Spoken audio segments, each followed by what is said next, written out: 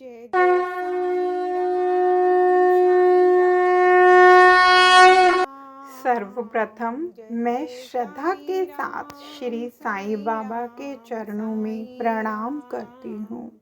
जय जय ओम साईं राम। श्री साईं सच्चरित्र अध्याय 37। जब कोने पर पहुंचकर बाबा चावड़ी के सामने खड़े हो गए, उस समय उनके मुखमंडल की दिव्य प्रभा बड़ी अनोखी थी। ऐसा प्रतीत होने लगा मानो अरुणोदय के समय बाल रवि क्षितिज पर उदित हो रहा हो। उत्तराभिमुख होकर वे एक ऐसी मुद्रा में खड़े हो गए जैसे कोई किसी के आगमन की प्रतीक्षा कर रहा हो।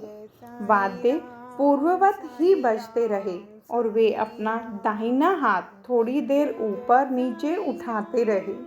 वादक बड़े जोरों से वाद्य बजाने लगे और इसी समय काका साहेब दीक्षित गुलाल की वर्षा करने लगे।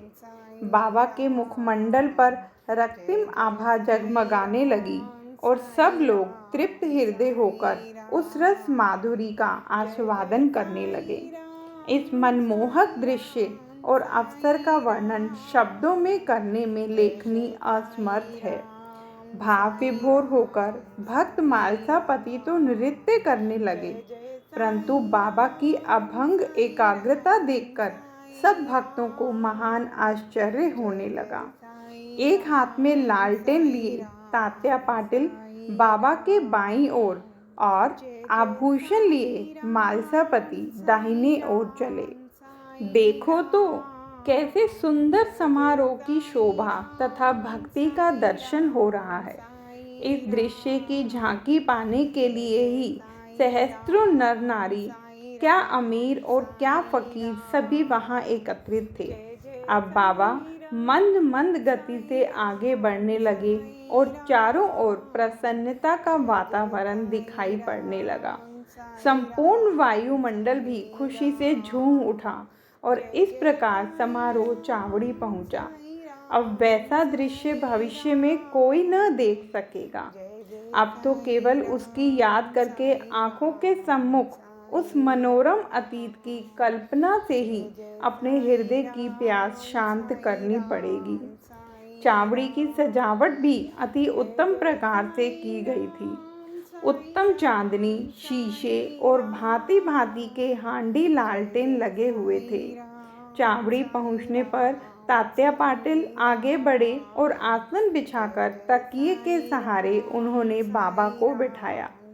फिर उनको एक बढ़िया अंगरखा पहनाया और भक्तों ने नाना प्रकार से उनकी पूजा की।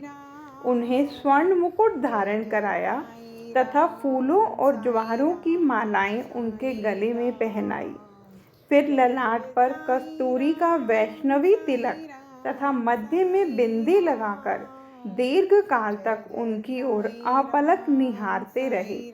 उनके सिर का कपड़ा बदल दिया गया और उसे ऊपर ही उठाए रहे, क्योंकि सभी शंकित थे कि कहीं वे उसे फेंक ना दें। परंतु बाबा तो अंतर्यामी थे और उन्होंने भक्तों को उनकी इच्छा अनुसार ही पूजा करने दी। इन आभूषणों से सुसज्जित होने के उपरांत तो उनकी शोभा अवर्णनीय थी। नाना साहेब निमोणकर ने एक सुंदर वृत्ताकार छत्र लगाया जिसके केंद्र में एक छड़ी लगी हुई थी। बापू साहेब जोग ने चांदी की एक सुंदर थाली में पाद प्रक्षालन किया और अर्घ्य देने के पश्चात उत्तम विधि से उनका पूजन अर्चन किया और उनके हाथों में चंदन लगाकर पान का बीड़ा दिया। उन्हें आसन पर बिठलाया गया। फिर तात्या पाटिल तथा अन्य सब भक्तगण उनके श्री चरणों पर अपने अपने शीश झुकाकर प्रणाम करने लगे। जब वे तकिए के सहारे बैठ गए तब भक्तगण दोनों ओर से चंवर और पंखे झलने लगे। श्यामा ने चिलम तैयार कर तात्या पाटिल को दी। उन्होंने एक फूंक लगाकर चिलम प्रज्वलित की और उसे बाबा को पीने को दी। उनके चिलम पी लेने के पश्चात फिर वह भक्त मालसापति को तथा बाद में सब भक्तों को दी गई। धन्य है वह निर्जीव चिलम, कितना महान तप है उसका, जिसने कुम्हार द्वारा पहले चक्र पर घुमाने, धूप में सुखाने, फिर अग्नि में तपाने जैसे अनेक संस्कार पाए। तब कहीं उसे बाबा के कर स्पर्श तथा चुंबन का सौभाग्य प्राप्त हुआ। जब यह सब कार्य समाप्त हो गया, तब भक्तगण ने बाबा को फूल मालाओं से लाद दिया और सुगंधित फूलों के गुलदस्ते उन्हें भेंट किए। बाबा तो वैराग्य के पूर्ण अवतार थे।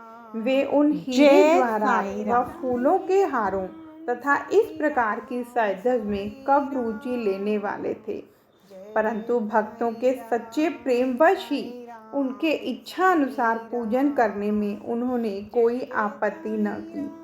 अंत में मांगलिक स्वर में वाद्य बजने लगे और बापू साहेब जोग ने बाबा की यथाविधि आरती की।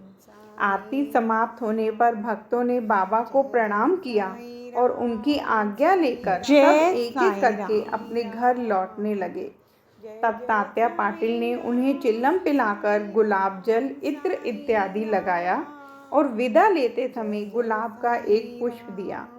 तभी बाबा प्रेम पूर्वक कहने लगे कि तात्या, मेरी देखभाल भली भांति करना, तुम्हें घर जाना है तो जाओ, परंतु रात्रि में कभी कभी आकर मुझे देख भी जाना।